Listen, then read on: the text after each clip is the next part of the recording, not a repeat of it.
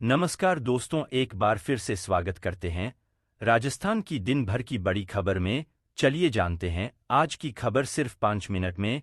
दोस्तों, जयपुर दिल्ली हाईवे पर रेल की तर्ज पर चलेगी इलेक्ट्रिक बसें। नितिन गडकरी ने 17 सड़कों का अवलोकन और शिलान्यास कर 2500 करोड़ के विकास कार्यों की सौगात दी। केंद्रीय सड़क परिवहन मंत्री नितिन गडकरी व सीएम भजनलाल शर्मा ने सोमवार को डबोक स्थित रूपी रिपोर्ट मैदान में उदयपुर सहित प्रदेश की 17 सड़क परियोजनाओं का लोकार्पण शिलान्यास किया। कल 2500 करोड़ के विकास कार्यों की सौगात देते हुए गडकरी ने कहा, दिल्ली मुंबई एक्सप्रेस को जयपुर से जोड़ा जा रहा है। इस इलेक्ट्रिक हाईवे के तौर पर तैयार किया जाएगा। रेलवे ट्रैक की तरह सड़क पर विद्युत केबल बिछाई जाएगी। फिर कोच की तरह 3 बसें जोड़कर जयपुर दिल्ली के बीच इलेक्ट्रॉनिक बसें चलाई जाएगी। इसमें हवाई जहाज जैसे सुविधा होगी, बिजनेस क्लास जैसी श्रेणी रहेगी, चाय नाश्ता मिलेगा। जबकि किराया डीजल बेसन की तुलना में 30% कम होगा। शीघ्र ही जयपुर से इसकी शुरुआत की जाएगी। अभी एक दिल्ली जयपुर रोड पर एक इलेक्ट्रॉनिक बस संचालित है। सीएम ने कहा, प्रदेश को फाटक मुक्त करें। मुख्यमंत्री भजनलाल शर्मा ने गडकरी के समक्ष मुद्दा रखते हुए कहा, राजस्थान को रेलवे फाटक मुक्त करने का काम कीजिए, हम पूरा सहयोग करेंगे। उप मुख्यमंत्री एवं सार्वजनिक निर्माण मंत्री दिया कुमारी ने कहा कि पूर्ववर्ती सरकार ने सड़कों के निर्माण और अन्य में क्षत्रिय संतुलन पैदा किया।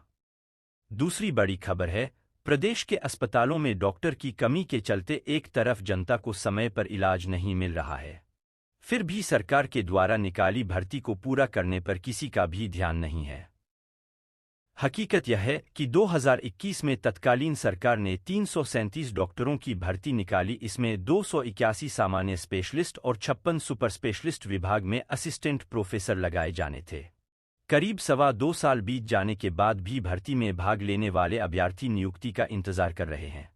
सरकार भले ही डॉक्टरों की कमी को लेकर खुद को संवेदनशील बता रही है, लेकिन हकीकत यह है कि 2021 में निकली इस भर्ती को लेकर कोर्ट में मामला चल रहा है। नवंबर 2022 से नवंबर 2023 करीब 1 साल में कोर्ट में इस मामले में सुनवाई की डेट तो मिली, लेकिन सुनवाई ही नहीं हो सकी। इधर सरकार ने इस और कोई प्रयास भी नहीं किया। यदि सरकार प्रयास करती तो मामले को फास्ट ट्रैक कोर्ट में ले जाती है या सप्लीमेंट्री केस लिस्ट में इस मामले को रखवा सकते, लेकिन ऐसा नहीं हुआ।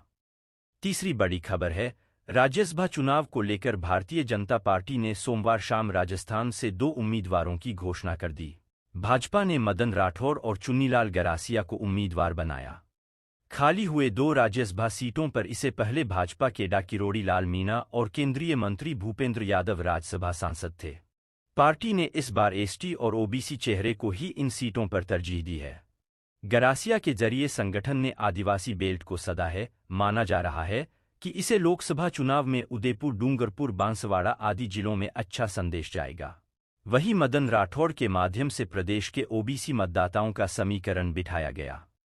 चौथी बड़ी खबर है, प्रदेश में सर्दी की विदाई से पहले मौसम कई रंग दिखा रहा है। इस क्रम में अब सक्रिय हुए कमजोर पश्चिमी विक्षोभ के असर के कारण मौसम का मिजाज फिर बदला है। बीते दिनों कई इलाकों में हुई मावठ के असर से रात का तापमान गिरा था और दिन का तापमान लगातार बढ़ रहा था, लेकिन बीते 24 घंटे में फिर से रात के बारे में बढ़ोतरी दर्ज हुई, जबकि दिन के तापमान में 2 से 3 डिग्री सेल्सियस तक की गिरावट आई। इस बीच हिल स्टेशन माउंट आबू में लगातार 5वें दिन पारा जमाव बिंदु पर रहा। रात का पर यह 0 डिग्री दर्ज हुआ, जबकि करौली में 4.2 डिग्री, फतेहपुर 3.8, सीकर में 4.8 डिग्री सेल्सियस दर्ज हुआ।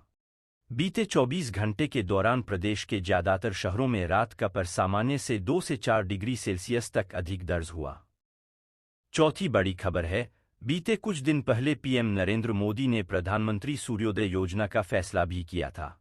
साथ ही ये योजना के ओर से हमारे भारत देश भर में 1 करोड़ घरों पर सोलर पैनल भी लगाए जाएंगे, जिसके ओर से 300 यूनिट तक बिजली भी प्राप्त कराई जाएगी, जिसके लिए 18,000 करोड़ रुपए खर्च किए जाएंगे। ये योजना के और आपको घर पर 3 किलोवाट का रूफ सोलर सिस्टम भी दिया जाएगा।